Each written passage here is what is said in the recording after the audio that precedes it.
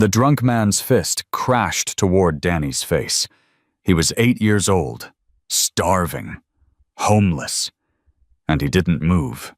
Behind him, a 6-year-old girl screamed, her tiny body pressed against a cold brick wall. The man grabbed her wrist so hard she cried out in pain. "Get in the truck," he snarled. "Now!" Danny stepped between them, arms spread wide, heart exploding, legs shaking so bad he could barely stand. "Leave her alone!" The punch came fast. Danny braced for impact, but the fist never landed, because 20 motorcycles roared into that parking lot like thunder from hell, and the man holding that little girl had just made the worst mistake of his life. She was the granddaughter of the most dangerous man in town. The fist stopped an inch from Danny's face, not because the drunk man changed his mind, but because the sound of motorcycle engines drowned out everything else. Danny's legs shook beneath him. His palms bled where he'd scraped them on the gravel. But he didn't move. He couldn't. The little girl behind him was crying so hard her whole body trembled. "Please," she whimpered. "Please don't let him take me." Danny's voice cracked. "I won't." He meant it. Even though he was 8 years old. Even though he hadn't eaten in 2 days. Even though this man could break him in half without trying. The drunk man, Carl, his name was Carl, blinked stupidly at the growing thunder behind them. His face was red and swollen with whiskey. His breath smelled like death. "The hell is that?" Carl slurred. Danny didn't answer. He was too busy watching the headlights cut through the darkness. 1 bike, then 2, then 10, then 20. They surrounded the parking lot like wolves circling wounded prey. Carl's grip loosened on the little girl's wrist. "This ain't your business," he shouted at the riders. "This is family stuff. She's my kid." "I'm not," the girl screamed. "I'm not he's lying." One rider dismounted. He was tall, broad shoulders, silver threaded through his beard. Tattoos crawled up his forearms like they were alive.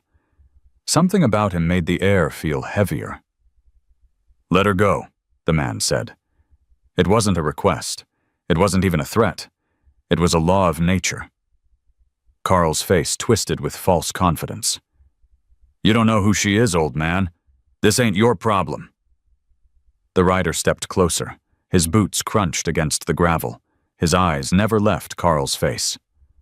"I know exactly who she is." The little girl's sob broke through the tension. "Grandpa Stone." Danny's stomach dropped. "Grandpa. This wasn't just some biker. This was her family. Her real family." Stone's expression didn't change, but something behind his eyes caught fire. He looked at the girl's wrist, red bruised, dirt smeared. He looked at her face, tears cutting through grime. He looked at her knees, scraped raw from backing into the wall. Then he looked at Danny. Really looked. At the skinny arms still spread wide, at the bleeding palms, at the threadbare clothes that hadn't been washed in weeks, at the defiant terror in his young eyes. "You," Stone said quietly. "You stood between him and her." Danny swallowed hard. I just didn't want him to hurt her." Stone nodded once, a gesture that felt heavier than any praise Danny had ever received. "Good," Carl sputtered desperately. "Look, Stone, I can explain. She snuck out. I was just bringing her home. Her mother asked me to—" "Her mother," Stone interrupted, voice dropping to ice, "is my daughter, and she would never send you." Carl's face drained of color. "Where is Sarah?" Stone asked. Carl's mouth opened, closed, opened again. "I asked you a question." She's at the bar, inside. She's fine. She's—" "Blade." Another rider stepped forward instantly, younger, faster eyes sharp as broken glass. Check inside, Stone ordered. Find my daughter. Blade disappeared through the back door of the bar without a word. Carl started backing away. Look, this is a misunderstanding. I didn't do anything. The kid attacked me first. I was defending myself. Danny's voice cut through. Liar. Everyone turned to look at him. Danny's whole body trembled, but his voice stayed steady. He grabbed her. He said, get in the truck. She said no. He said, don't make me ask again. Then he grabbed her harder. Stone's gaze returned to Carl with new intensity. That true? Stone asked the little girl. She nodded frantically, still clutching Danny's shirt. He hurt me, Grandpa. He said he was taking me somewhere. He said Mama couldn't stop him. Stone's jaw tightened so hard Danny could hear his teeth grind. Taking you where? The girl shook her head. I don't know. He just kept saying, they're waiting, and we're already late. Danny felt cold flood through him. They're waiting. We're already late. This wasn't just a drunk man losing his temper. This was planned. Stone understood it at the same moment. His expression shifted from anger to something far more dangerous, controlled, calculated, patient. Hawk, Stone said. Hold him. Another rider materialized from the darkness. He grabbed Carl's arms and twisted them behind his back before Carl could even react. Get off me, Carl shouted. You can't do this. I'll call the cops. Please do, Stone said calmly. I'd love to explain to them what you were planning to do with my granddaughter. Carl's face went white. I didn't. Who's waiting, Carl? Nobody. I was just drunk. I said stupid things. Stone stepped so close his shadow swallowed Carl entirely. I'm going to ask you one more time. And if you lie to me again, we're going to have a very different conversation. Carl's eyes darted frantically. Sweat poured down his face despite the cold night air. Who is waiting? I don't know his name, Carl blurted. I swear they just call him Roth. He said if I delivered her, my debt was cleared. That's all. I didn't want to hurt anyone. The name hit the bikers like a physical blow. Danny saw it. The way they all stiffened. The way their hands moved toward their belts. The way Stone's entire posture transformed from threatening to lethal. Roth, Stone repeated softly. You know him? Danny asked before he could stop himself. Stone didn't look at him. His gaze was fixed on something far away. Something dark. I thought he was gone. He came back, Carl whimpered.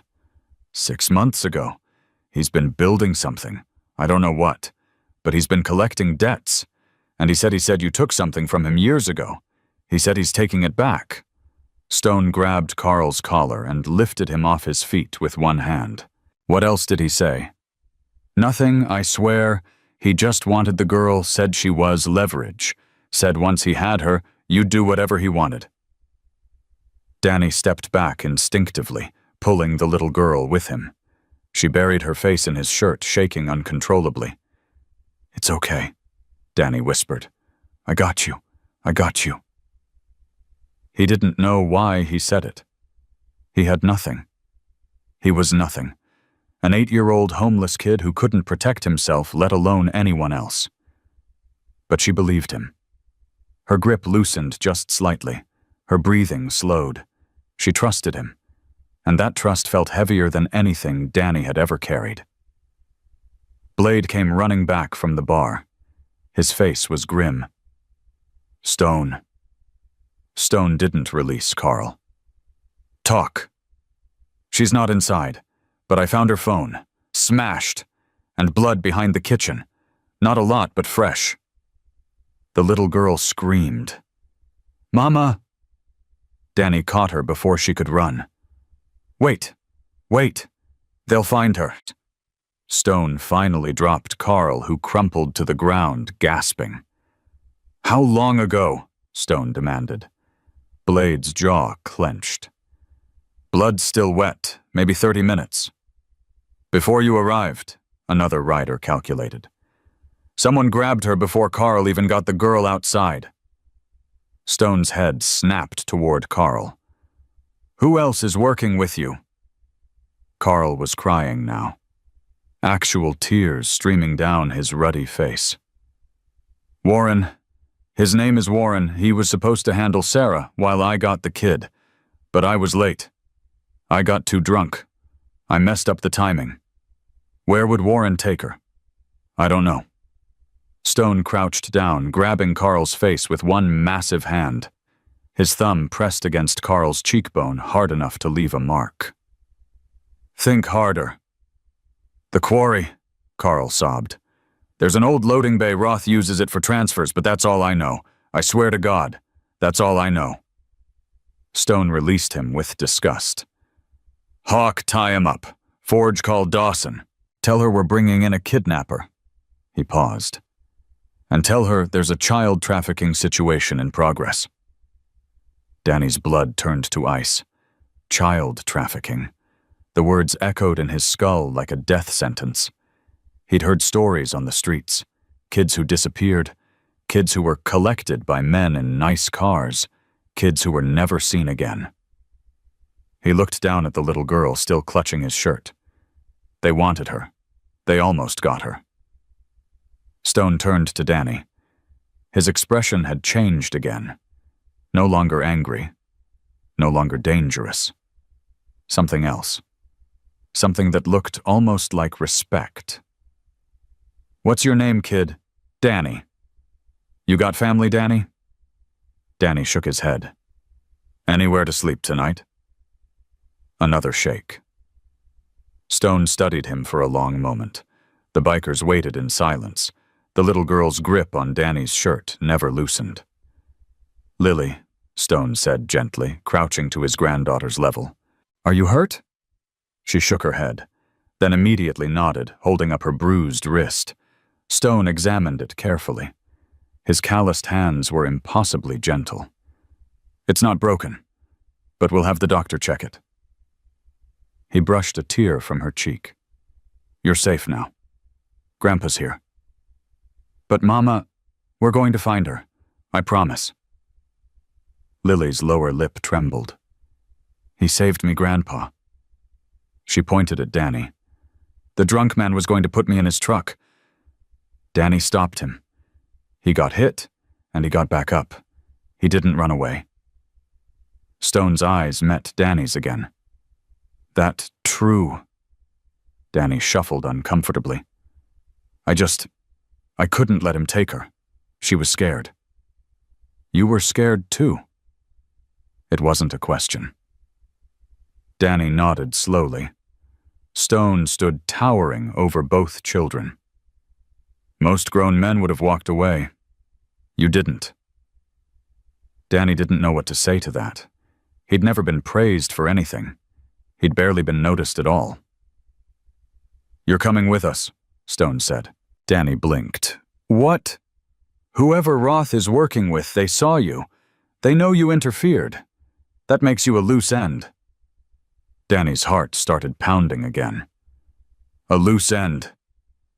Blade stepped forward, voice grim. It means they might come after you to keep you quiet.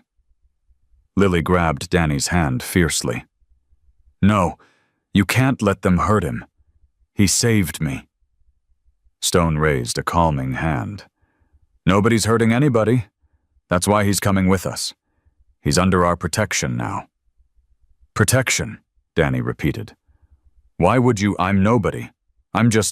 You stood between a grown man and my granddaughter. Stone's voice was absolute. That makes you somebody. Danny's throat tightened.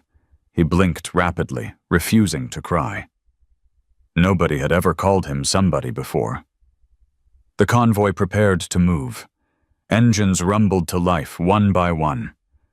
The night shook with their thunder. Blade picked up Lily, wrapping her in his leather jacket. She clung to him, but kept her eyes on Danny. He's coming too, right? He's coming, Stone confirmed. He walked to his motorcycle and gestured for Danny to follow. You ever ridden before? Danny shook his head. You hold tight. You don't let go. You do exactly what I say. Stone's eyes were intense, but not unkind. Can you do that? Danny's voice barely worked. Yes, sir. Stone almost smiled. Good, get on. Danny climbed onto the bike behind Stone, his small hands gripping the man's leather vest. The engine vibrated through his entire body like a second heartbeat. You ready? Stone asked.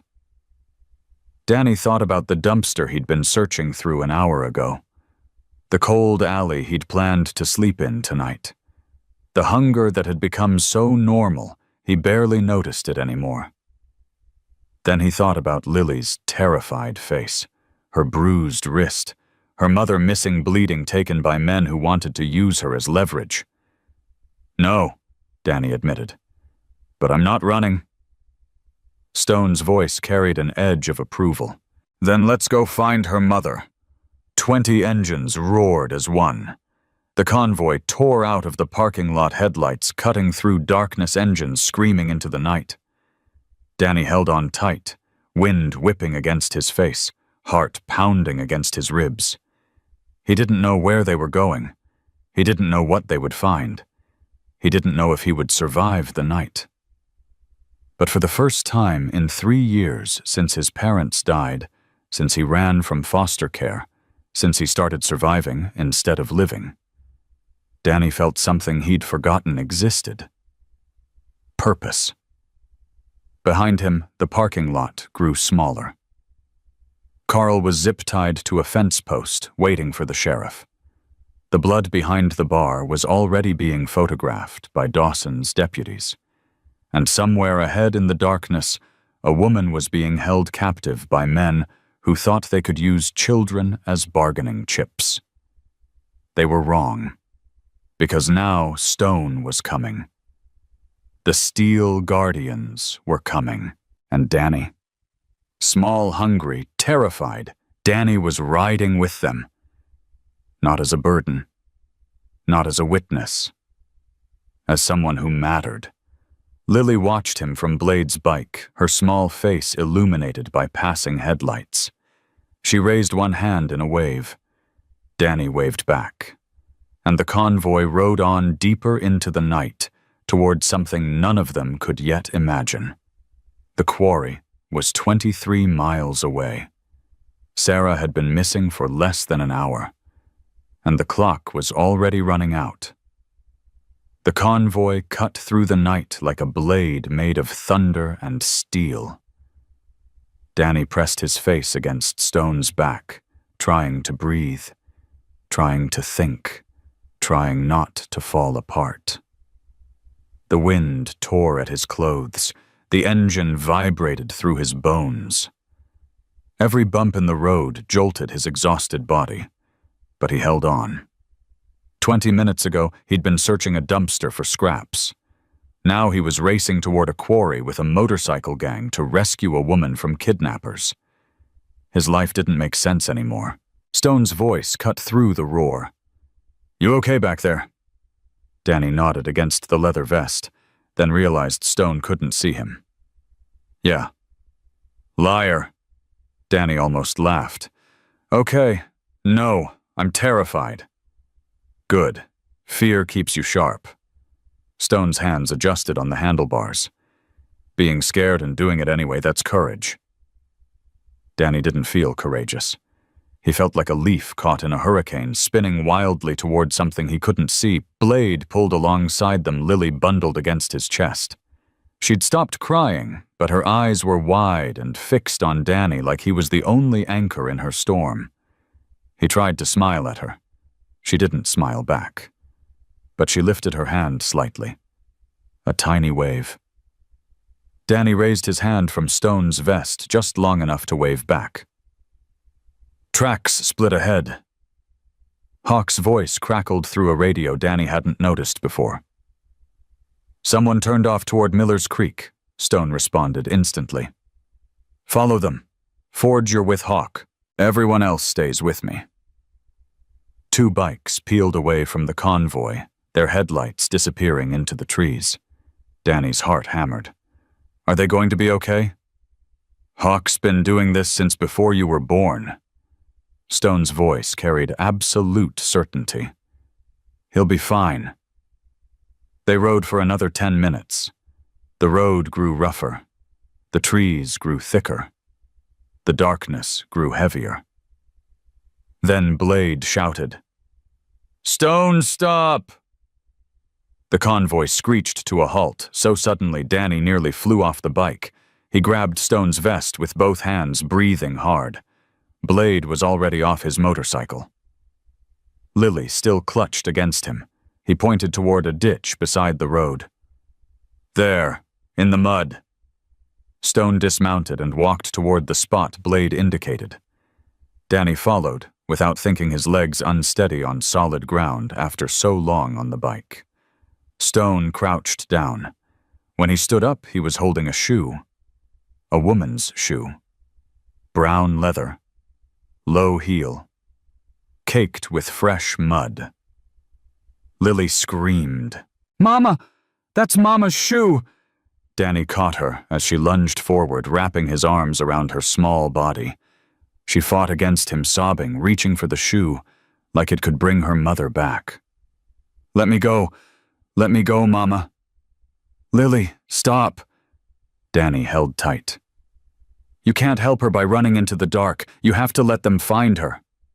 Stone turned, and Danny saw something in the man's face he hadn't seen before. Pain.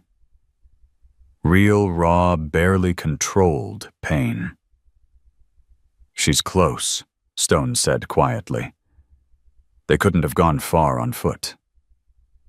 Blade examined the ground around the shoe. Drag marks, 2 sets of footprints, one heavy one stumbling. He looked up grimly.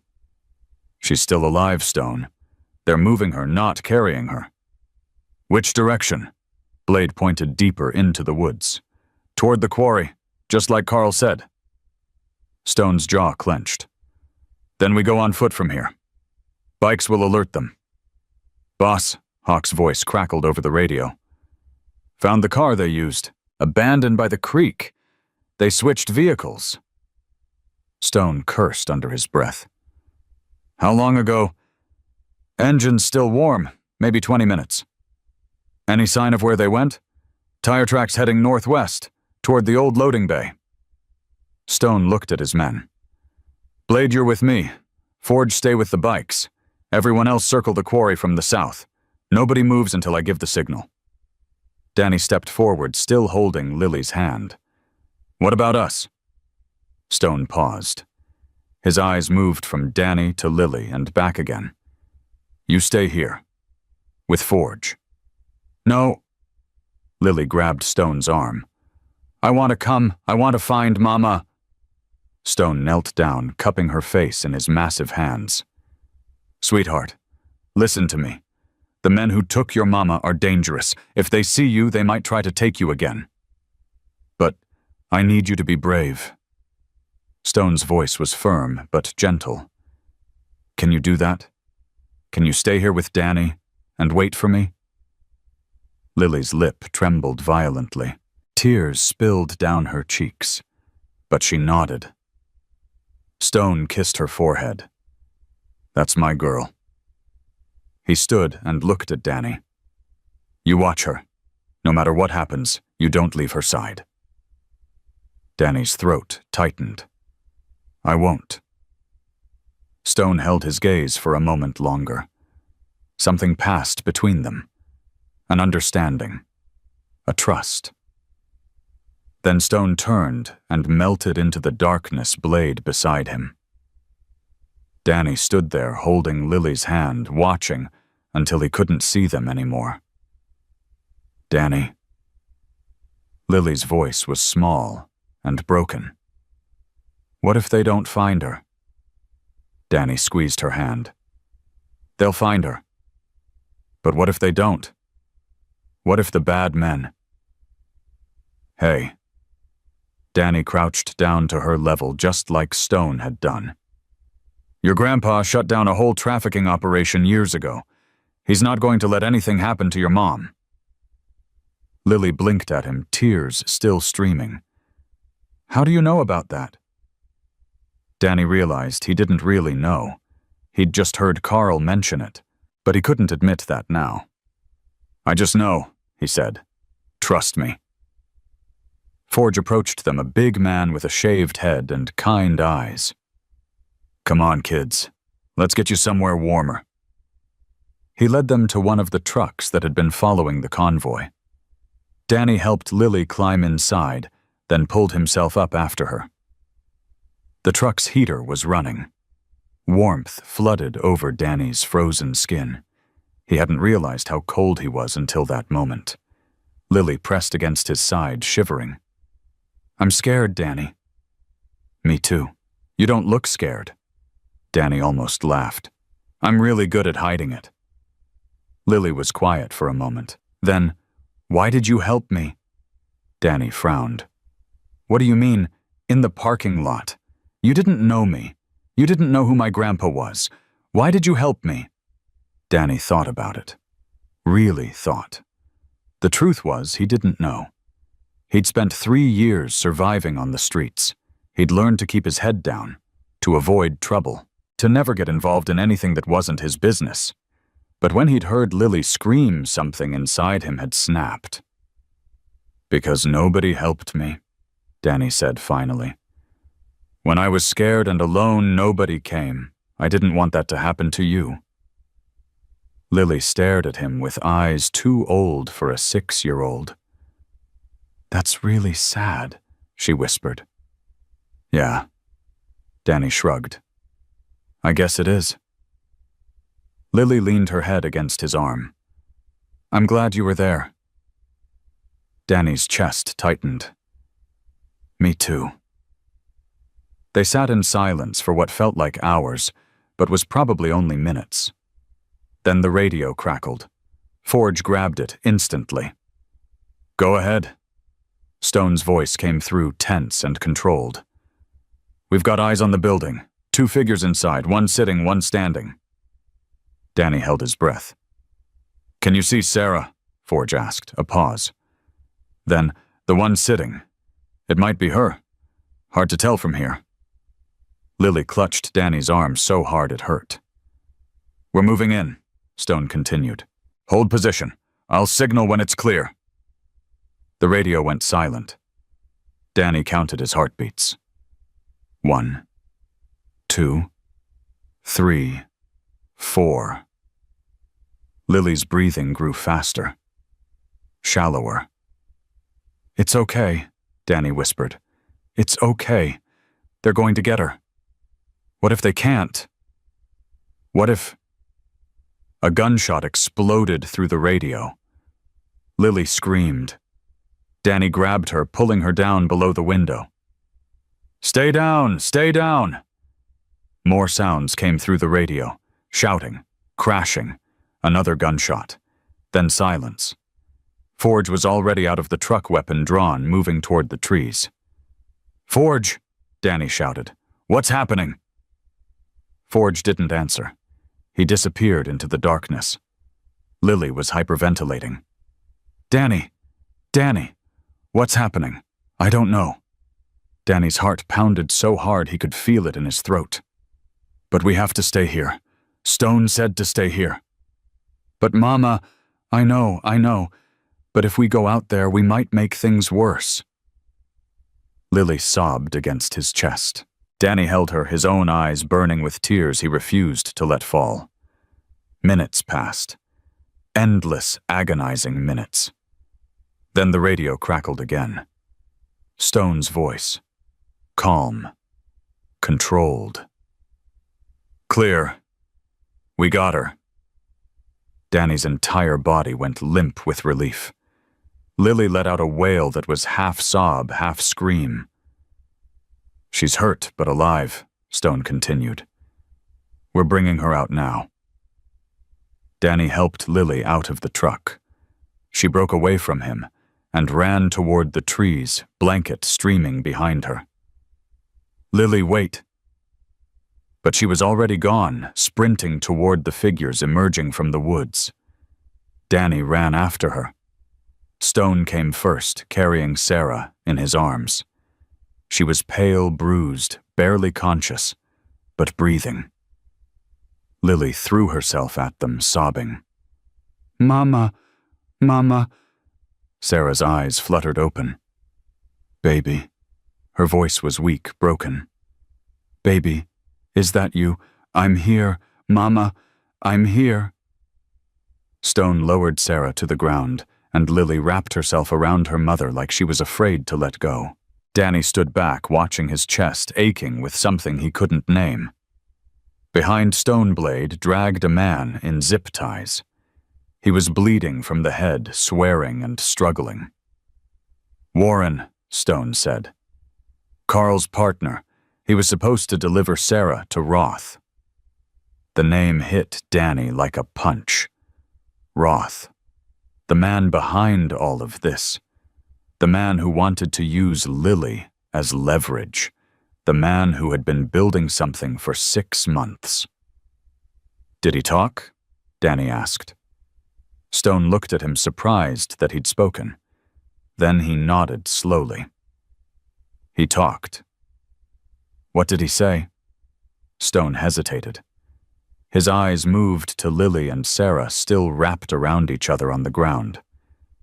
"He said Roth isn't just collecting debts. He's building a network, moving people across state lines."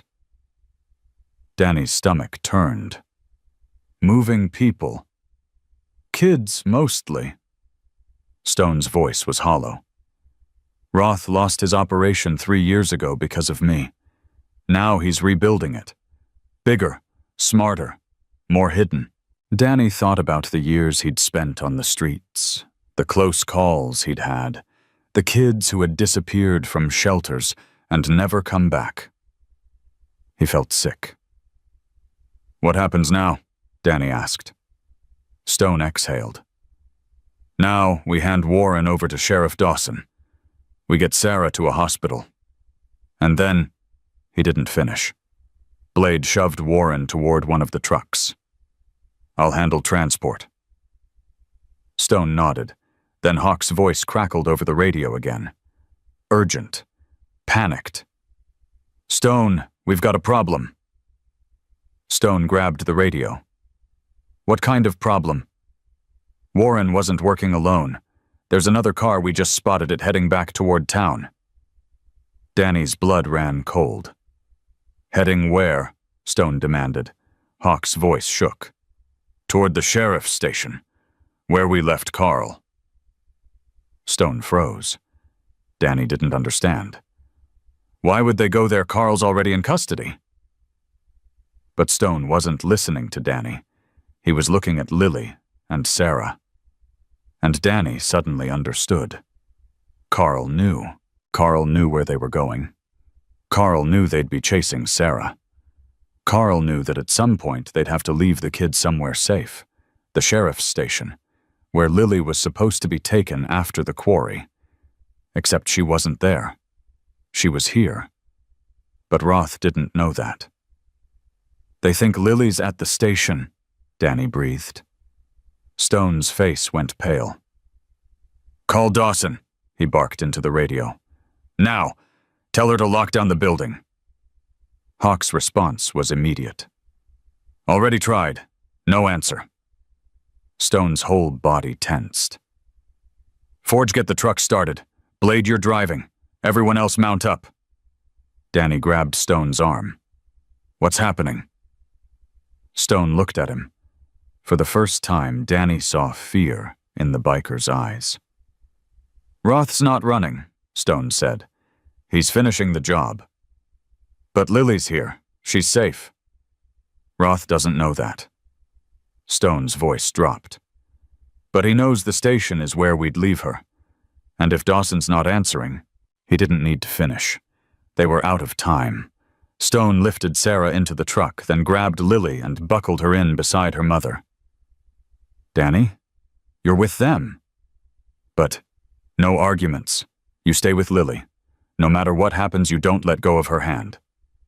Danny's hands shook, but his voice stayed steady. I won't. Stone paused. Something softened in his expression. You're a good kid, Danny. Whatever happens tonight, remember that. Then he was gone, sprinting toward his motorcycle engine, roaring to life. The convoy exploded into motion. Danny sat in the truck beside Lily, her small hand gripped in his. Sarah lay unconscious on the seat behind them, finally sleeping after her ordeal. Lily looked up at Danny, eyes wide with terror. Are they coming for me again? Danny's throat closed. He should lie. He should tell her everything was fine. He should pretend he wasn't terrified out of his mind, but he couldn't. I don't know, he admitted.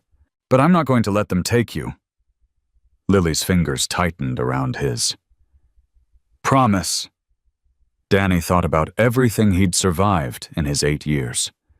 The loss. The hunger. The loneliness. The cold. He thought about the moment in the parking lot when he'd stepped between Carl and Lily. He thought about what Stone had said.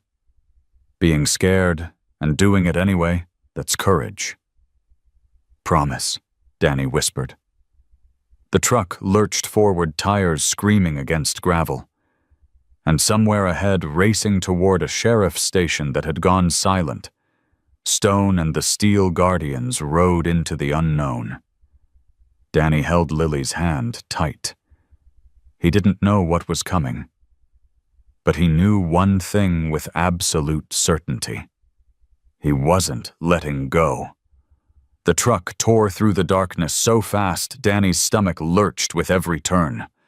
Blade drove like a man-possessed, hands white-knuckled on the wheel, jaw locked tight. The engine screamed in protest, but he pushed harder. Lily pressed against Danny's side, trembling violently. Her hand gripped his so tight he'd lost feeling in his fingers. How much longer? Danny asked. 7 minutes, Blade growled. Maybe 6 if I don't kill us. Sarah stirred in the back seat, her eyes fluttering. What's happening? Danny twisted around. Mrs. Sarah, just rest. We're getting you to safety. Lily, Sarah's voice cracked. Where's Lily? I'm here, Mama. Lily reached back with her free hand. I'm right here. Sarah's fingers found her daughter's. Don't let go, baby. I won't, Mama, I won't. The radio crackled. Hawk's voice, urgent and breathless. Stone, we've got visual on the station. 1 vehicle parked outside. Engine running. Stone's response was immediate. How many inside? Can't tell. Windows are dark. Front door's open. Danny's heart stopped. Front door open. Sheriff stations didn't leave their doors open at night. Dawson, Stone asked. No sign of her. No sign of anyone. Hawk paused. Stone, something's wrong. Hold position. We're 2 minutes out. Blade cursed and pushed the accelerator harder. The truck shuddered but obeyed. Lily looked up at Danny. What does front door open mean?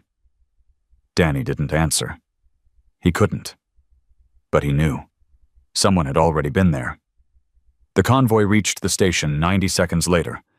Danny saw the motorcycle skid to a halt through the windshield. Stone was off his bike before it stopped moving, boots pounding toward the building. Stay in the truck, Blade ordered. Don't move. Don't open the doors. Don't make a sound. He was gone before Danny could respond. Lily's grip tightened painfully.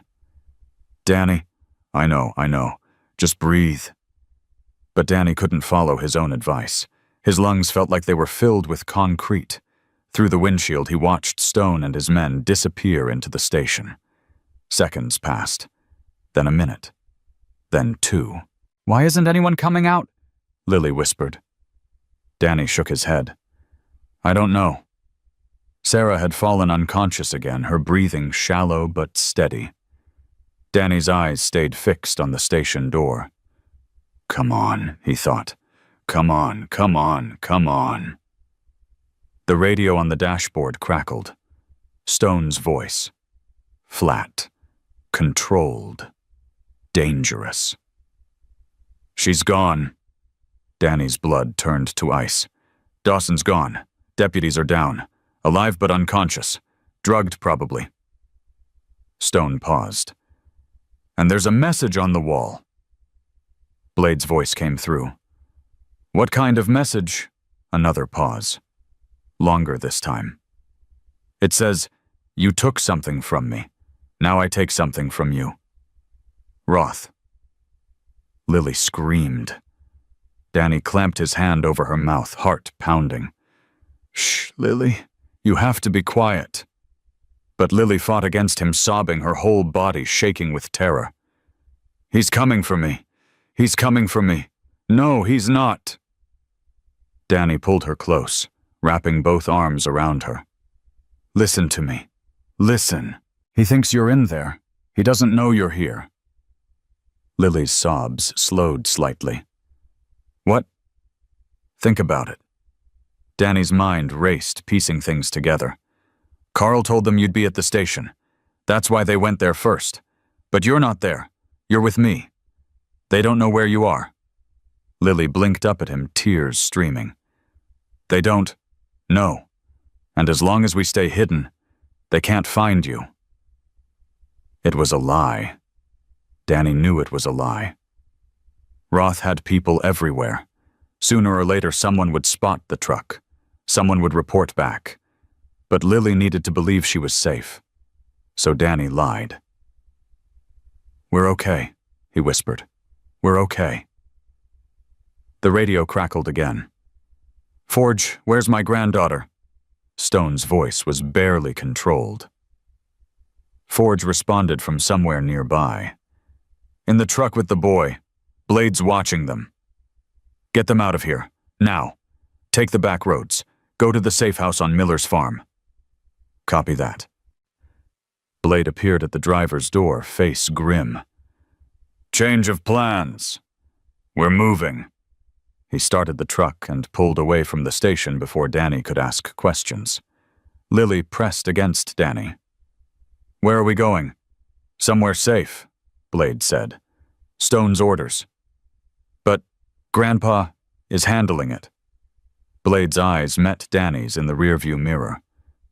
Your job is to keep her calm. Can you do that? Danny nodded. Yeah. Good, because this isn't over yet. The truck turned onto a narrow back road, headlights cutting through darkness.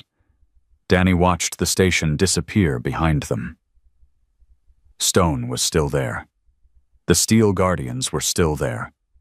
And somewhere out there, Roth was hunting. They drove for 20 minutes. Nobody spoke. Lily had stopped crying, but her grip on Danny's hand never loosened. Her breathing was shallow, rapid, the kind of breathing Danny recognized from his own panic attacks. Hey, Danny whispered. You want to hear something? Lily looked at him, eyes red and swollen. When I was 6, I was scared of thunderstorms, Danny said. Really scared. Like hide under the bed scared. Lily sniffled. You were... Yeah. Every time it thundered, I'd run to my mom's room and crawl under the covers with her. Danny's throat tightened, but he kept going. She'd hold me and tell me the thunder was just the clouds bumping into each other. She said they were clumsy like me. A tiny smile flickered across Lily's face. That's silly. I know, but it made me feel better. Danny squeezed her hand. Sometimes the scary stuff isn't as big as it sounds. Sometimes it's just noise. Lily was quiet for a moment. Then, is the bad man just noise? Danny hesitated. He wanted to say yes. He wanted to tell her that Roth was nothing to be afraid of, that Stone would handle everything, that this nightmare would end with everyone safe. But Lily deserved better than lies. No, Danny admitted. He's real. And he's dangerous. Lily's face crumpled. But, Danny added quickly, so is your grandpa, and so are all these men protecting you, and... He took a breath. And so am I. Lily stared at him. You're 8. So, you're not dangerous. Danny thought about the parking lot, about stepping between Carl and Lily, about the fist that had swung toward his face. Maybe not, he said. But I'm stubborn, and I don't give up. Lily almost smiled. Almost. The truck suddenly slowed. Blade cursed. What the hell? Danny looked up. Through the windshield, he saw headlights approaching from the opposite direction. Fast. That's not one of ours, Blade muttered. He reached for his radio. Stone, we've got company. Unknown vehicle approaching on Miller Road. Stone's response was immediate. Turn around. Get off that road. Can't. There's no shoulder. If I try to turn... The approaching vehicle accelerated. Danny's heart slammed against his ribs. They're coming right at us, Blade said. Stone, they're not stopping. Hold on. Blade yanked the wheel. The truck lurched sideways, tires screaming.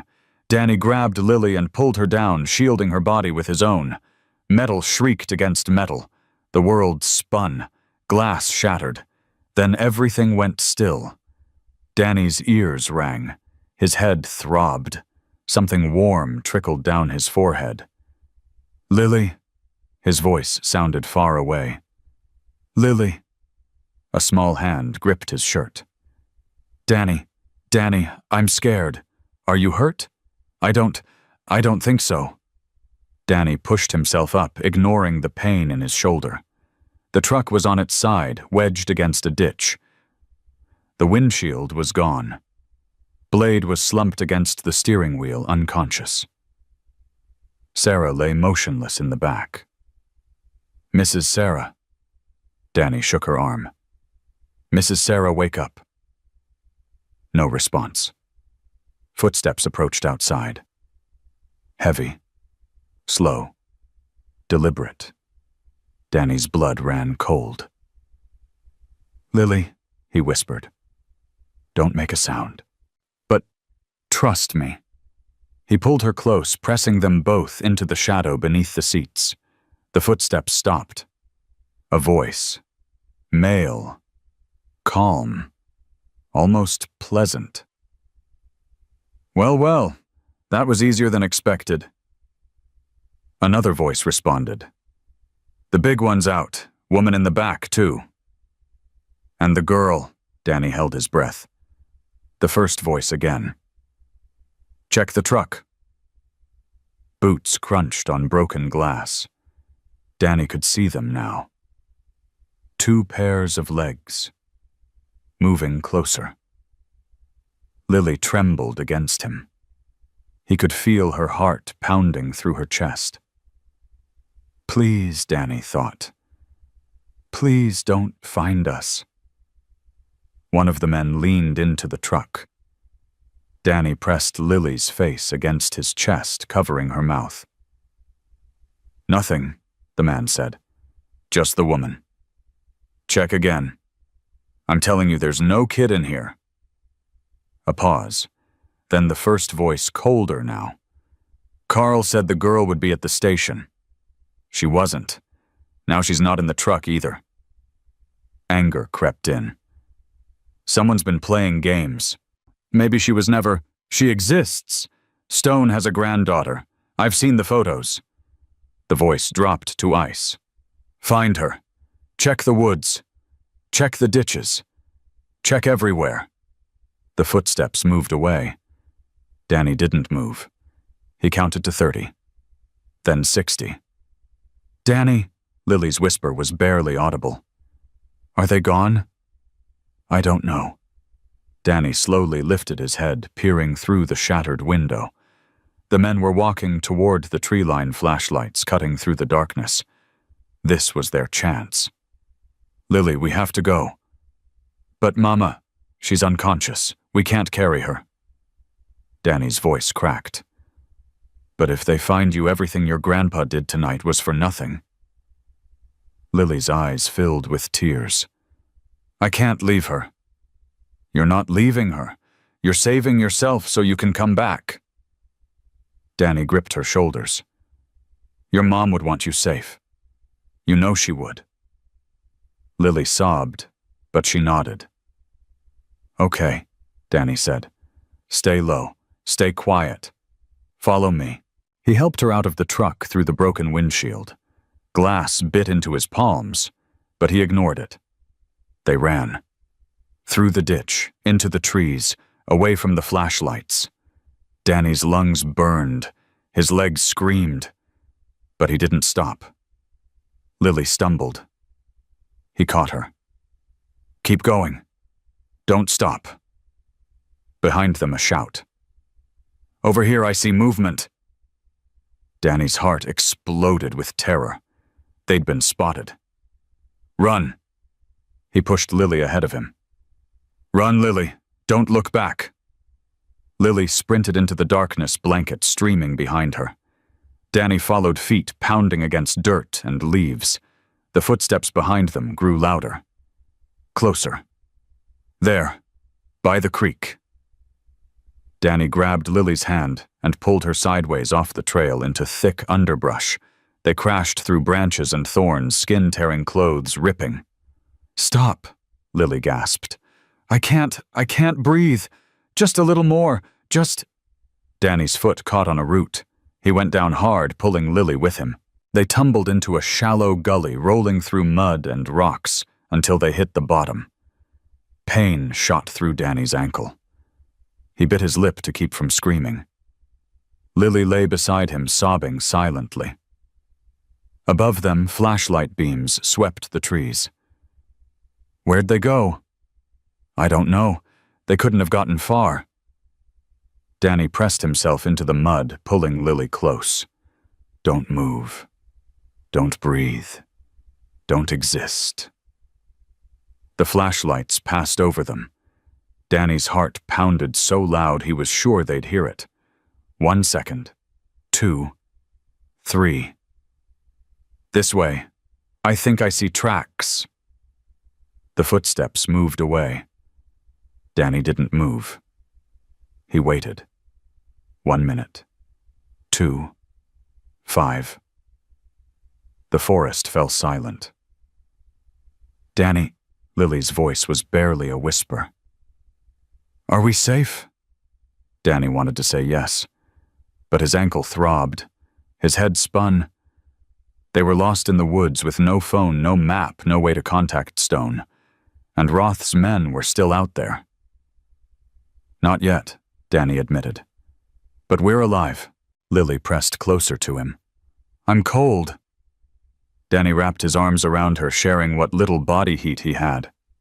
I know. Me too. Danny. Yeah. Thank you for not leaving me. Danny's throat tightened. I promised, didn't I? Lily nodded against his chest. Nobody ever kept their promises before, except Grandpa. Well, Danny said quietly, now you've got 2 people who keep their promises. They lay there in the mud, in the dark, in the cold. 2 children alone and hunted, clinging to each other because they had nothing else. Somewhere in the distance, engines roared. Motorcycles. Danny's head snapped up. Listen, he breathed. Lily, listen. The engines grew louder. Closer. Not cars, not trucks. Bikes. That's them, Lily gasped. That's Grandpa. Danny pushed himself up, ignoring the fire in his ankle. We have to signal them. How? Danny looked around frantically. Nothing but trees and shadows. Then his eyes landed on Lily's blanket. White, reflective in moonlight. Give me that. Lily handed it over without question. Danny climbed out of the gully, teeth gritted against the pane. He found a clearing, small but visible from the road. He waved the blanket. The engines slowed. Over here, Danny shouted, voice cracking. We're over here. Headlights turned toward them. One bike broke from the convoy, roaring across the field. Stone. Danny's legs gave out. He collapsed to his knees, still waving the blanket. Stone's bike skidded to a stop. He was off it in seconds, running toward them. "Danny!" He grabbed the boy's shoulders. "Where's Lily?" "Here!" Lily scrambled out of the gully, covered in mud, but alive. "Grandpa!" Stone scooped her up, crushing her against his chest. "Thank God." His voice broke. "Thank God." Lily sobbed into his shoulder. "They tried to take me. They crashed the truck. But Danny saved me. He hid me and then we ran. I know." Stone's eyes found Danny's. "I know." More bikes arrived. Hawk, Forge, Blade limping but conscious. "The truck," Danny gasped. "Mrs. Sarah's still in the truck. She's unconscious." "We found her," Blade said. "Paramedics are on the way."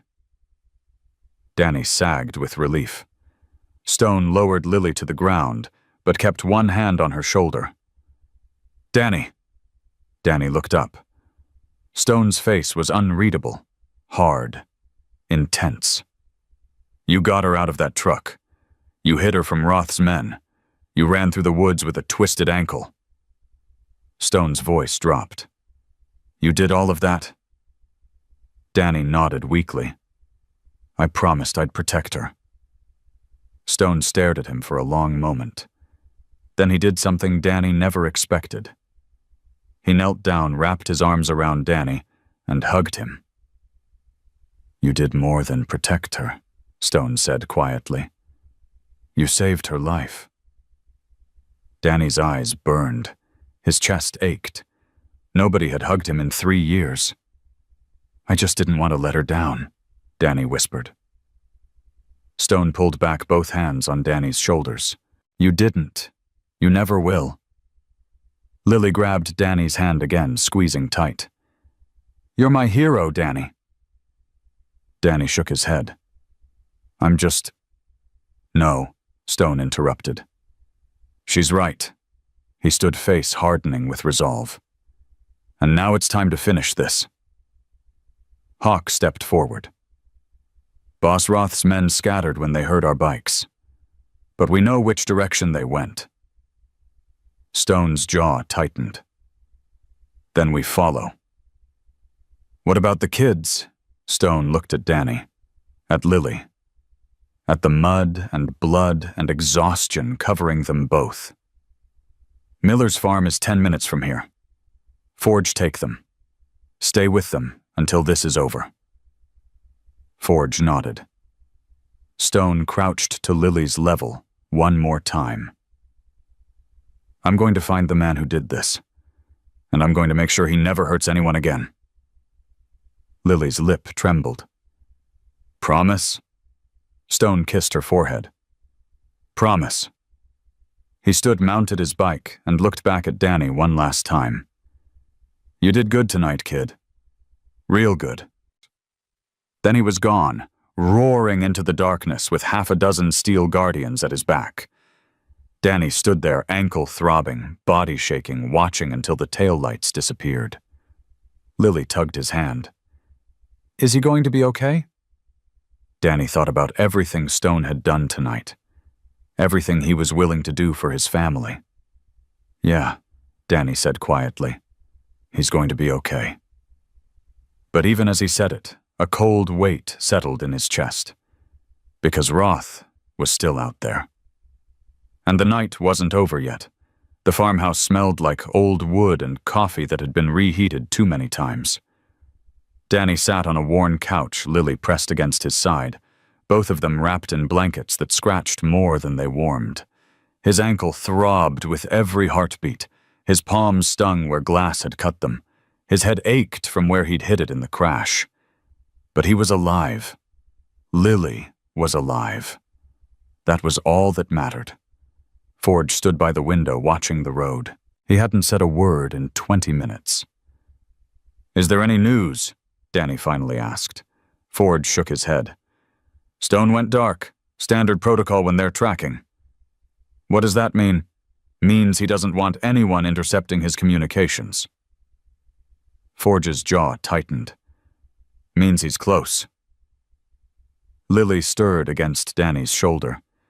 She'd fallen into an exhausted half-sleep, but her grip on his hand never loosened. "Danny." Her voice was thick with fatigue. "Yeah. Is Mama okay?" Danny's chest ached. "The paramedics took her to the hospital. She's going to be fine." "You promise?" Danny hesitated. He'd made a lot of promises tonight, more than he'd ever made in his life. "I promise they're taking care of her." It wasn't a lie. It wasn't the whole truth either, but Lily relaxed slightly, and that was enough. The radio on Forge's belt crackled. Everyone froze. "Forge, you copy?" Hawk's voice, breathless and urgent. Forge grabbed the radio. "Copy. What's happening?" "We got him." Danny's heart stopped. "Roth tried to cross the county line. Stone cut him off at the bridge." Hawk paused. "It's over." Lily sat up, eyes wide. "They got him. They got the bad man." Forge's face broke into the first smile Danny had seen from him. Night. "Yeah, sweetheart. They got him." Lily burst into tears. Not scared tears this time. Relief. Pure, overwhelming relief. Danny put his arm around her, pulling her close. His own eyes burned, but he blinked hard, refusing to let the tears fall. "It's over," he thought. "It's really over." But something in his chest still felt heavy, like there was more coming, like the night hadn't finished with him yet. The radio crackled again. "Forge, bring the kids to the station. Stone wants them here." Forge frowned. "The station, I thought that was compromised." "Dawson's back. She's pissed as hell, but she's back. And the feds just arrived."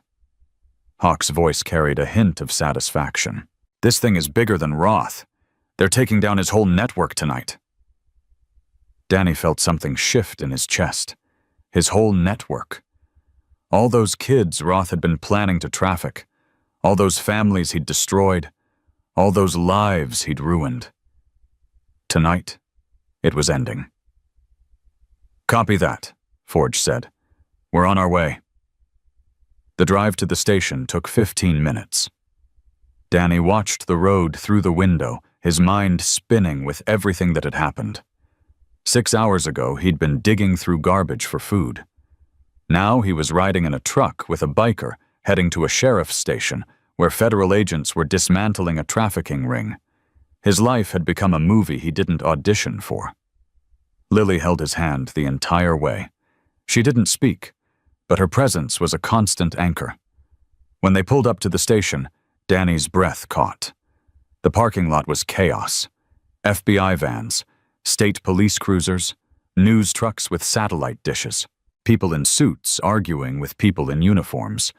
And in the middle of it all, surrounded by steel guardians, stood Stone. Lily was out of the truck before Forge could stop her. "Grandpa!" She sprinted across the parking lot, dodging agents and officers, not stopping until she crashed into Stone's arms. He caught her, lifting her off the ground, holding her like she was the most precious thing in the world. "I got him," Stone murmured into her hair. "I got him, baby. He's never touching you again." Lily sobbed against his chest. "I was so scared. I thought, I know." Stone's voice cracked. "But you were brave. You were so brave." Danny climbed out of the truck, slowly, his twisted ankle protesting every movement. He stood at the edge of the chaos, watching the reunion, feeling like an outsider looking in. This wasn't his family. This wasn't his moment. He should probably just disappear. Find somewhere quiet to sleep. Go back to the life he knew. But before he could move, Stone looked up. Their eyes met across the parking lot. Stone set Lily down gently and walked toward Danny. His stride was purposeful. His face was unreadable. Danny's heart pounded. Had he done something wrong? Was Stone angry? Stone stopped in front of him. For a long moment he just looked at the boy, at the cuts on his face, the mud on his clothes, the way he favored his injured ankle. "You look like hell," Stone said. Danny almost laughed. "Feel like it too." Stone's expression softened. Something warm flickered in his eyes. "Come here." Before Danny could react, Stone pulled him into a hug. A real hug. The kind Danny's father used to give him before the accident. Danny's whole body went rigid. He didn't know what to do with his hands, didn't know how to respond, didn't know how to accept comfort from someone he'd just met, but Stone didn't let go. And slowly, piece by piece, Danny's walls crumbled. He hugged back. His eyes burned.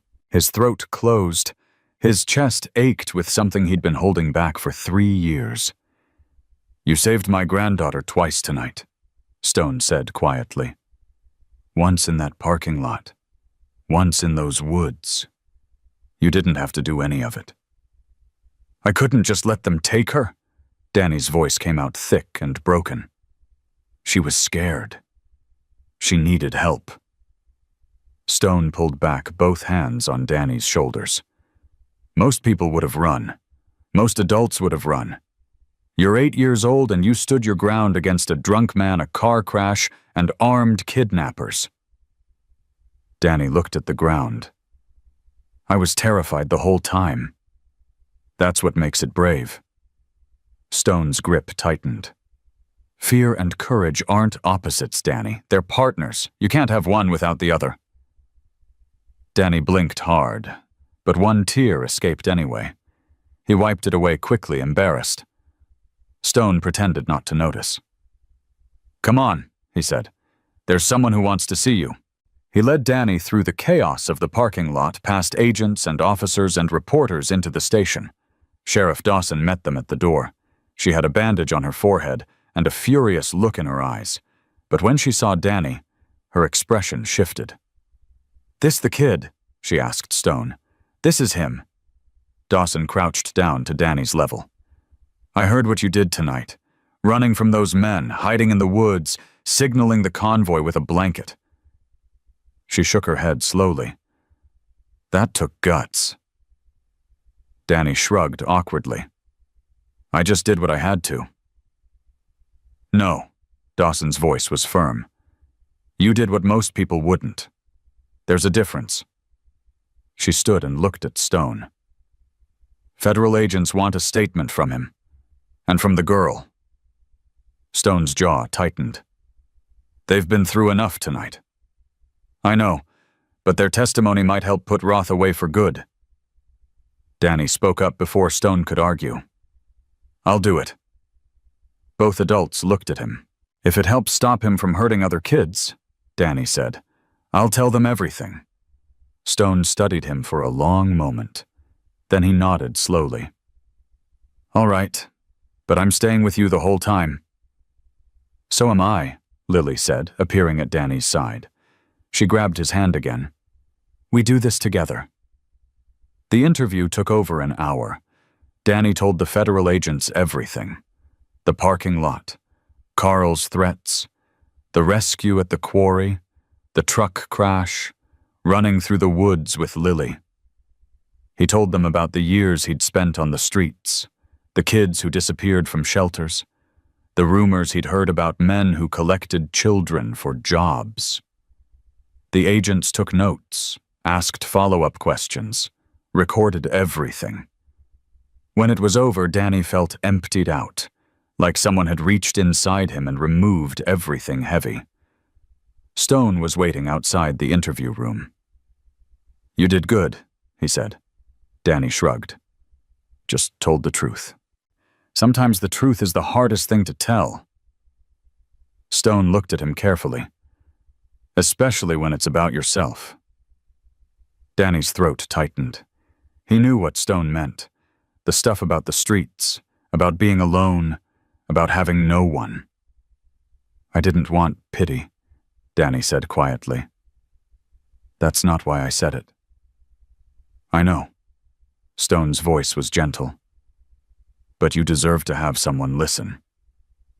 Before Danny could respond, Forge appeared at the end of the hallway. Stone, Sarah's out of surgery. Danny's heart leaped. Surgery? Internal bleeding, Forge explained. They caught it in time. She's going to be okay. Lily burst past them, sprinting toward the exit. Mama, I want to see Mama. Stone caught her before she got far. Hold on, sweetheart. We'll go together. He looked at Danny. You coming? Danny hesitated. I don't know if I should. She's your family. You're the boy who saved her daughter's life. Stone's voice left no room for argument. You're coming. The hospital was quiet at 4 a.m. Danny walked through the sterile halls, Lily's hand in his stone, leading the way. Everything felt surreal. The fluorescent lights, the beeping machines, the smell of disinfectant. Sarah was awake when they reached her room. She looked terrible, pale, bruised, IV tubes snaking into her arm. But her eyes lit up when she saw Lily. Baby. Lily ran to the bed, climbing up carefully to avoid the wires. Mama, I was so scared they tried to take me, but Danny saved me, and then Grandpa came and… Shh. Sarah stroked her daughter's hair, tears streaming down her face. I know. I heard. You were so brave. Danny hung back by the door, feeling out of place. But Sarah's eyes found him. Danny. He froze. Come here. Danny walked slowly toward the bed, unsure what to expect. Sarah reached out and took his hand. Her grip was weak, but warm. Thank you, she whispered. For protecting my daughter. For staying with her when you could have run. For being braver than anyone had the right to ask you to be. Danny's eyes burned again. I didn't want her to be alone. Sarah's face crumpled. Stone told me about you, about where you've been living, about your parents.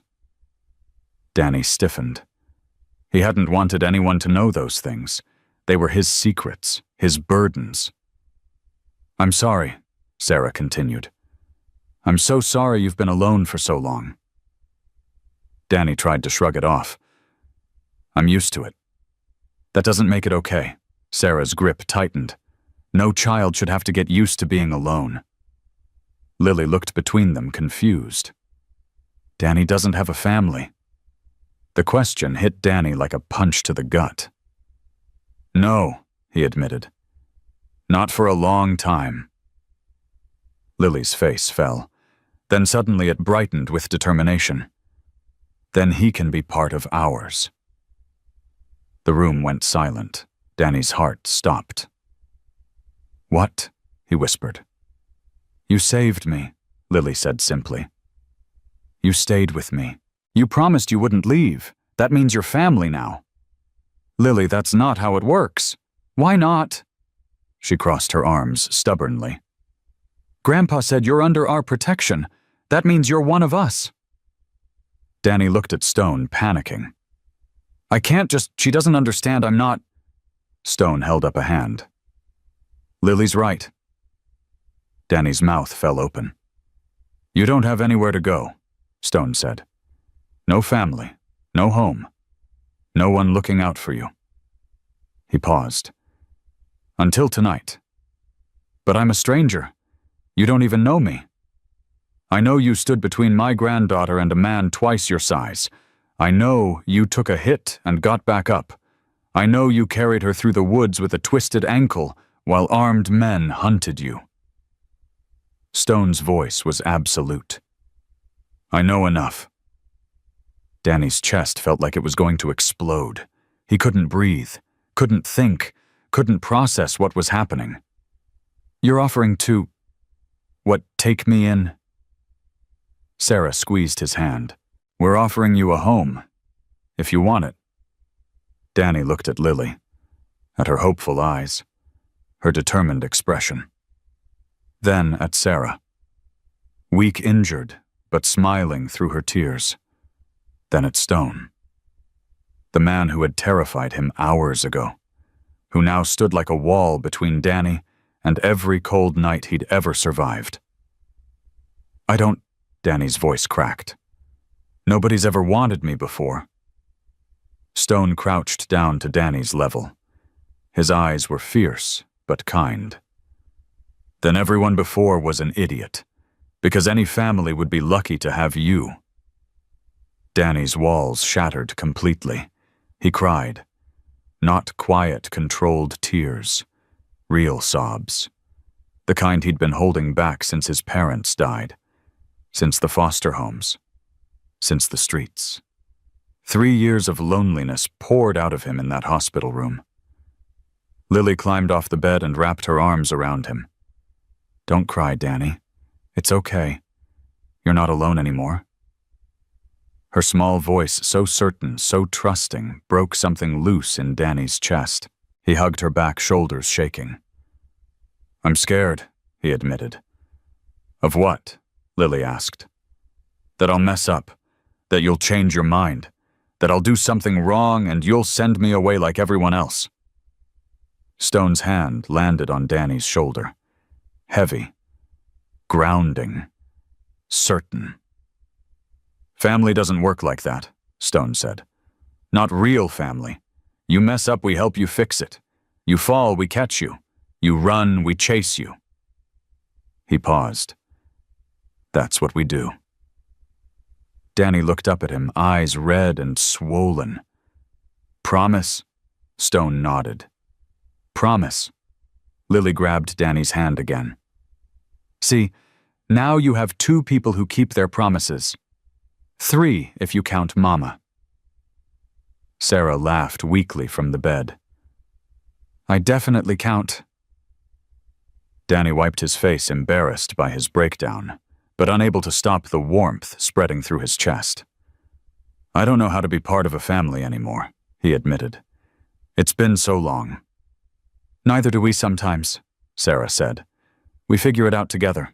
Stone stood, pulling Danny to his feet. "Right now you need sleep. Real sleep. In a real bed. We'll figure out the paperwork tomorrow." "Paperwork, foster care, maybe adoption eventually. We'll see." Stone's eyes glinted. "But one way or another, you're not going back to those streets." Danny swallowed hard. "What if the courts say no?" Stone's expression hardened with determination. "Then we find another way. I've got lawyers, I've got connections, and I've got a club full of people who owe me favors." He almost smiled. "You're not disappearing into the system, Danny. Not if I have anything to say about it." For the first time in 3 years, Danny believed he might actually be safe. Lily tugged his sleeve. "Come on. Let's go home." Home. The word echoed in Danny's mind like a song he'd forgotten the melody to. He looked at Lily, at Sarah, at Stone, at the family that had claimed him in one impossible night. "Okay," Danny whispered. "Let's go home." They left the hospital as dawn crept over the horizon. The sky was painted in shades of pink and gold. The air smelled fresh, like rain had washed away the darkness of the night. Stone walked beside Danny, his presence steady and reassuring. Lily held Danny's hand, chattering about all the things she wanted to show him at her house, her room, her toys, the backyard where Grandpa had built her a swing.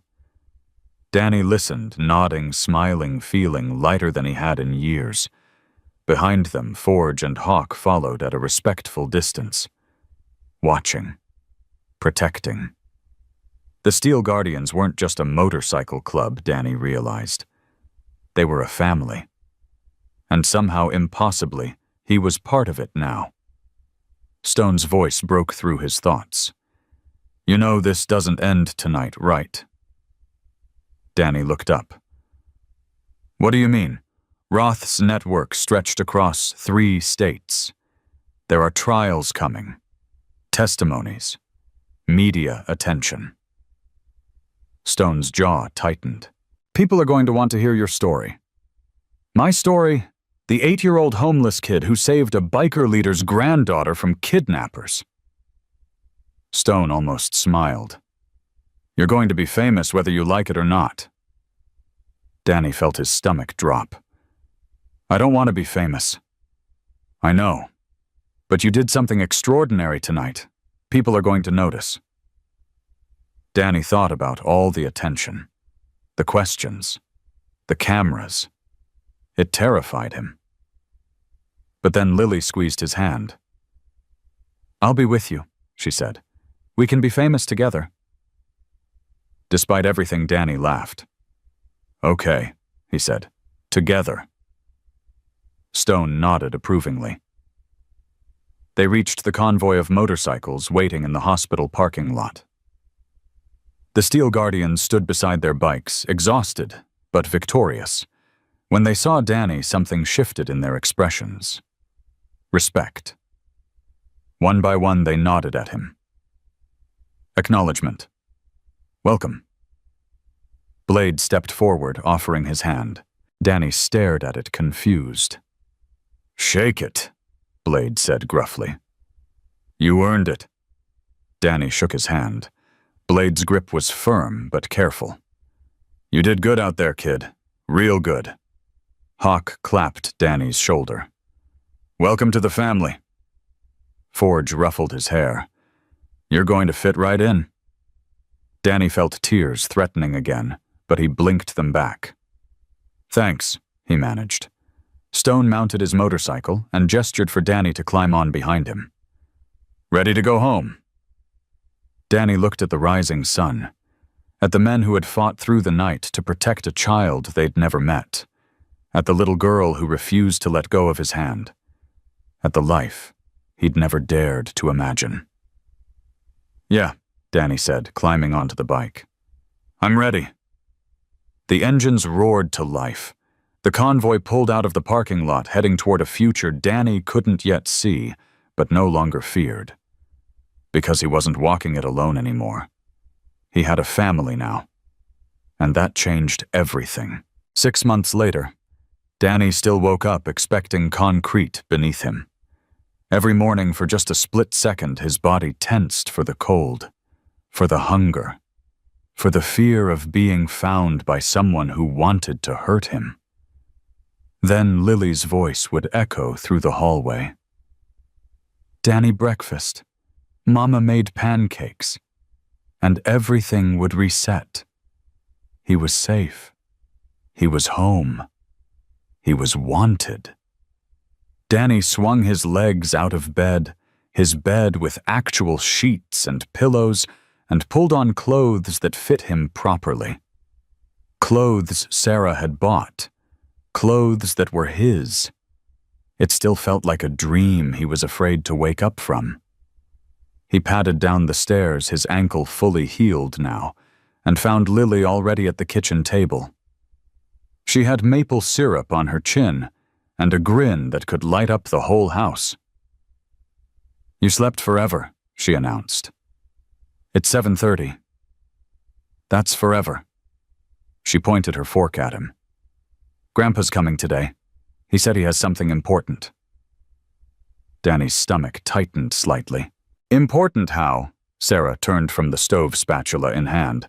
He didn't say, just that we should all be here. Danny sat down, trying to ignore the anxiety creeping up his spine.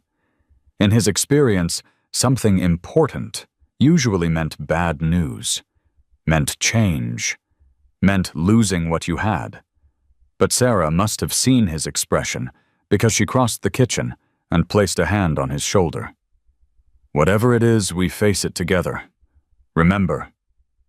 Danny nodded. Together. Lily grabbed his hand across the table. See nothing to worry about. But Danny worried anyway. It was what he did. Stone arrived at noon. His motorcycle rumbled into the driveway like a familiar song. Danny heard it from his room where he'd been pretending to do homework while actually staring at the same math problem for 40 minutes. He came downstairs to find Stone already in the living room, Lily wrapped around his waist like a barnacle. "Grandpa brought papers," she announced. Danny's heart dropped. Papers? That couldn't be good. Stone looked at him over Lily's head. His expression was unreadable. "Sit down, Danny. We need to talk." Danny's legs felt like lead as he walked to the couch. Sarah sat beside him, her hand finding his. Stone settled into the armchair across from them, Lily climbing onto his lap. "I'm going to get straight to the point," Stone said. "The adoption hearing is scheduled for next week." Danny blinked. "What? The judge reviewed your case, reviewed Sarah's application, reviewed the character references we submitted." Stone's face remained neutral. "All 57 of them." 57? Danny's voice cracked. "The entire Steel Guardians Club wrote letters, plus Sheriff Dawson, plus 3 federal agents, plus your teacher, your school counselor, and half the town." Stone allowed himself a small smile.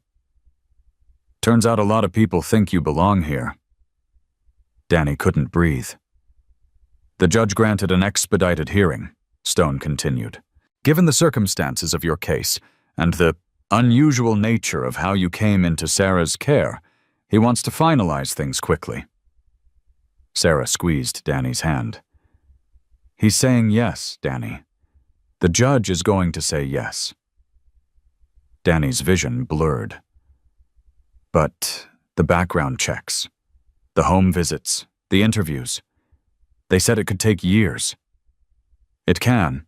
Usually does." Stone leaned forward. "But you're not a usual case. You helped take down a multi-state trafficking ring. You saved my granddaughter's life. Twice." His voice softened. "Sometimes the system works faster when it has a reason to."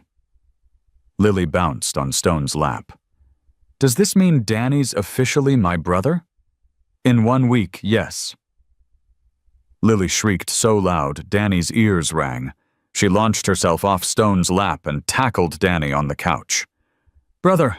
I get a brother. I told everyone at school I had a brother, but they didn't believe me, and now it's real." Danny laughed, actually laughed, while Lily squeezed him hard enough to crack ribs. Okay, I can't breathe. Too bad, this is what brothers deal with."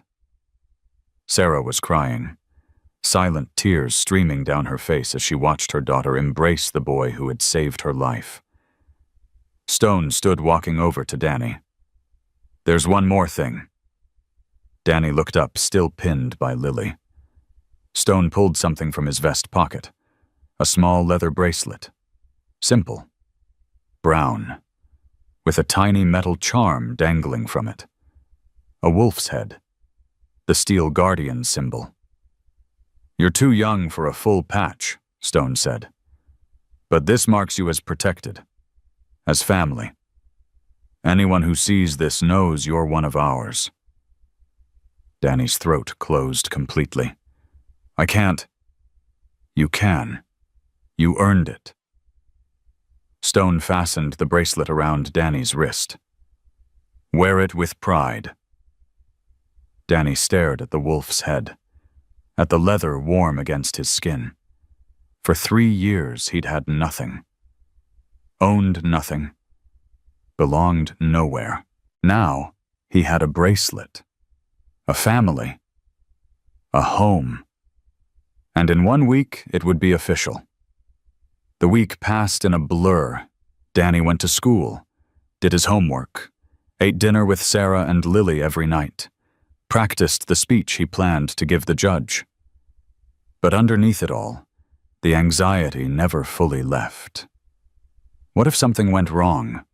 What if the judge changed his mind? What if someone from his past showed up and ruined everything? The night before the hearing, Danny couldn't sleep. He lay in bed staring at the ceiling, his mind racing through every possible disaster scenario. A knock on his door made him jump. "Danny," Sarah's voice soft and concerned. "Can I come in?" "Yeah." She entered quietly, sitting on the edge of his bed. "Can't sleep." Danny shook his head. "Me neither." Sarah smiled gently.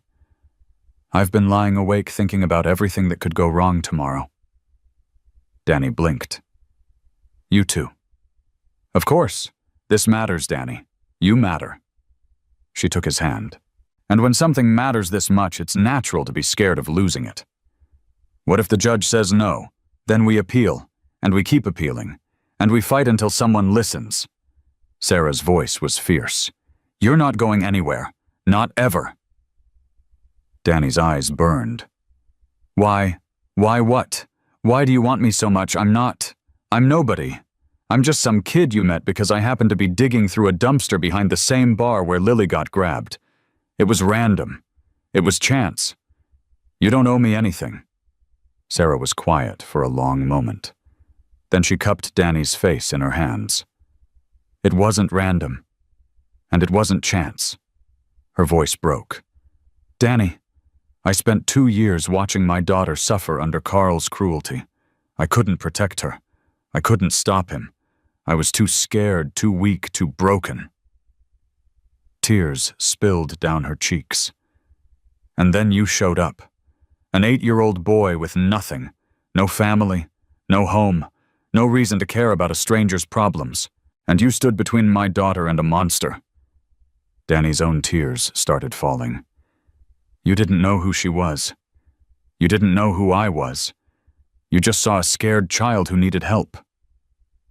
Sarah's voice shook. "That's not random. That's character. That's heart. That's the kind of person I want in my family." Danny couldn't speak, couldn't move, could barely breathe. "I don't want you because I owe you," Sarah continued. "I want you because I love you. I've loved you since the moment Stone told me what you did. And I'll love you for the rest of my life, whether that judge says yes or no." Danny broke. He threw his arms around Sarah and sobbed into her shoulder. All the fear, all the doubt, all the years of loneliness poured out of him. Sarah held him tight, stroking his hair, whispering words he couldn't quite hear, but felt in his bones. "I love you too," Danny finally managed. "I didn't know how to say it. I didn't know if I was allowed." "You're always allowed." Sarah pulled back, wiping his tears with her thumbs. "You're my son, Danny. Paper or no paper, judge or no judge, you're my son." Danny nodded, unable to speak. Sarah kissed his forehead. "Now try to sleep. Tomorrow's a big day." She left quietly, closing the door behind her. Danny lay back down, chest still aching, face still wet. But the anxiety was gone. Whatever happened tomorrow, he knew one thing with absolute certainty. He was loved. And that was enough. The courthouse was smaller than Danny expected. He'd imagined something grand. Marble columns, massive doors, the kind of building where important decisions got made. Instead, it was just a regular brick building with worn carpet and flickering fluorescent lights. But the people inside made it feel important. Stone was there, wearing an actual suit instead of his leather vest. He looked uncomfortable, but determined. Bladehawk and Forge sat in the back row, also in suits. They looked even more uncomfortable than Stone. Sheriff Dawson was there. So were 2 of the federal agents who'd worked the Roth case. And in the front row, right behind Danny, sat Lily. She wore a yellow dress and had ribbons in her hair. She'd insisted on looking fancy for her brother's big day. "All rise," the bailiff called. "The Honorable Judge Morrison presiding." Everyone stood. The judge entered. He was older, with white hair and glasses that made his eyes look huge. He settled into his chair and shuffled through some papers. "Be seated." Danny's heart pounded so hard he was sure everyone could hear it. "Case number 2024-7. Petition for adoption." Sarah Mitchell petitioning to adopt Daniel James Reynolds. The judge looked up. His eyes found Danny. Is Daniel present? Danny raised his hand slightly. Yes, sir. Come forward, please. Danny's legs shook as he walked to the front of the courtroom. Sarah walked beside him, her hand on his back.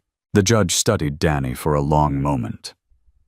I've reviewed this case extensively, he said. It's unusual. Danny's stomach clenched.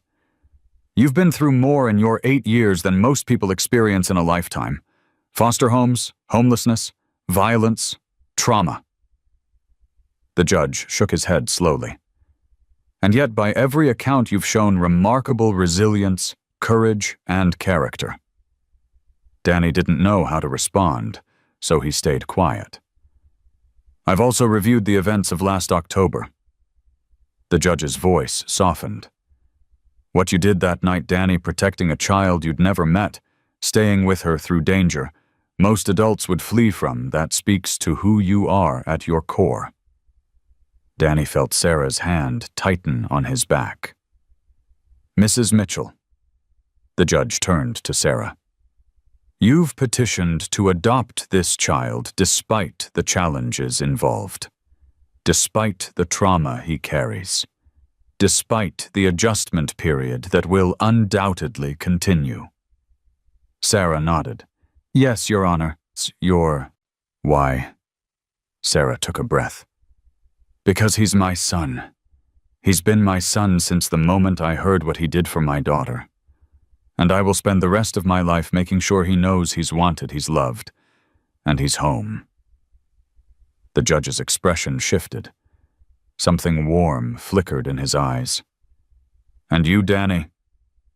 He turned back to the boy. Do you want to be adopted by Sarah Mitchell? Danny's voice came out stronger than he expected. Yes, sir, more than anything. Why?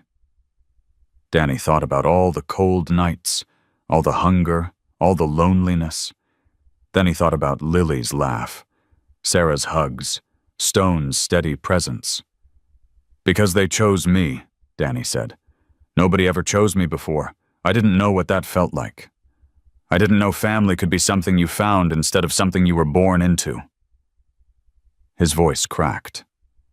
But they taught me. They showed me. And I don't want to go back to not knowing. The courtroom was silent. The judge removed his glasses and wiped his eyes. In my 30 years on this bench, he said quietly, I've seen a lot of cases. Happy ones, sad ones, complicated ones. He looked at Danny. But I don't think I've ever seen one quite like this. Danny held his breath. Daniel James Reynolds, by the power vested in me, by the state I hereby approve and finalize your adoption, by Sarah Mitchell. The judge smiled. Welcome to your family, son. The gavel came down, and Danny's world changed forever. Lily's scream nearly shattered the windows. She vaulted over the railing, separating the audience from the court area, and tackled Danny so hard they both nearly fell. Brother official, brother forever, brother. Sarah wrapped her arms around both of them, crying and laughing at the same time. Stone approached more slowly, but his eyes were suspiciously bright. Congratulations, kid. Danny looked up at him, tears streaming down his face. Thank you. For everything. Stone shook his head. Don't thank me. You did this. You earned this. He placed a hand on Danny's shoulder. I'm proud of you. Those 4 words hit Danny harder than anything else. Proud of you. Nobody had ever said that to him before. Bladehawk and Forge crowded around, clapping Danny's back, ruffling his hair, making jokes about how he'd have to learn to ride a motorcycle now that he was official family. Sheriff Dawson shook his hand. You've got a good family, Danny. Don't take it for granted. I won't, Danny promised. Ever. The crowd began filtering out of the courtroom, but Danny hung back for a moment. He looked around at the worn carpet, the flickering lights, the ordinary brick walls. This was where his life changed. This small, unremarkable room. He'd walked in as an orphan. He was walking out as a son. Sarah appeared beside him. "Ready to go home?" Home. The word still felt new, still felt precious. "Yeah," Danny said. "I'm ready." They walked out together, Lily holding Danny's left hand, Sarah holding his right, Stone walking behind them, like a guardian. Outside, the rest of the Steel Guardians were waiting. All of them. 20 motorcycles lined up in perfect formation. 20 men in leather vests standing beside their bikes, watching Danny emerge from the courthouse. When they saw him, they started clapping, then cheering, then revving their engines in a thunderous salute. Danny froze on the courthouse steps, overwhelmed. "They came for you," Stone said quietly. "All of them? Because you're family now, and family shows up." Danny's vision blurred. He couldn't speak, couldn't move. Lily tugged his hand. "Come on, Danny. Let's go home." Home. The word echoed in his chest like a heartbeat. He'd spent 3 years believing he would never have one, never deserve one, never find one. But he'd been wrong. Family wasn't something you were born into. Family was something you chose, something you fought for, something you protected. 6 months ago, Danny had stepped between a drunk man and a terrified little girl because it was the right thing to do. He hadn't expected anything in return. He hadn't wanted anything in return. But life had given him everything. A mother who loved him. A sister who adored him. A grandfather who protected him. A family that chose him. Danny walked down the courthouse steps, surrounded by the people who had become his world. The motorcycles roared to life around him, 20 engines, singing in unison. Lily climbed onto Stone's bike. Sarah took Danny's hand. "Whatever comes next," she said, "we face it together." Danny nodded, squeezing her hand. Together. The convoy pulled away from the courthouse, heading toward home. Danny watched the town pass by, memories of his old life flickering through his mind. The alleys where he'd slept. The dumpsters he'd searched for food. The cold nights when he'd thought he'd die alone and forgotten. All of that was behind him now. He had a bedroom with his name on the door. He had a sister who called him brother every chance she got. He had a mother who kissed his forehead every night. He had a grandfather who was teaching him to ride motorcycles. He had a family. The convoy turned onto the familiar road leading to Sarah's house. Danny saw it in the distance. The white siding. The red door. The swing in the backyard that Stone had built. Home. Lily's voice broke through his thoughts. "Danny, race you to the door." She was off Stone's bike and running before Danny could respond. He laughed a real laugh and sprinted after her. She beat him by 3 steps, spinning around with a triumphant grin. "I win. You cheated. Did not. Did too." Sarah laughed, walking up the path behind them. "Inside, both of you. We're celebrating tonight. Grandpa's ordering pizza." "Pizza!" Lily screamed, bolting through the door. Danny started to follow, but Stone's voice stopped him. "Danny." He turned. Stone stood by his motorcycle helmet in hand, face unreadable. "Yeah." Stone walked over slowly. He stopped in front of Danny, studying him with those intense eyes. 6 months ago, you were digging through garbage behind a bar. You had nothing, no one, no future. Stone's voice was low. Tonight, you have everything. Danny nodded, throat tight. I know. Do you know why? Danny thought about it. Really thought. Because I got lucky. Stone shook his head. No, because you didn't run. He placed a hand on Danny's shoulder. When every instinct told you to run, you stood. When you had nothing to gain and everything to lose, you stood. When you were small and scared and alone, you stood. Stone's grip tightened. That's not luck, Danny. That's character. That's heart. That's who you are. He paused. And who you are is exactly who this family needed. Danny's eyes burned, but he didn't look away. I'm still scared sometimes, he admitted, that I'll wake up and it'll all be gone. Stone nodded.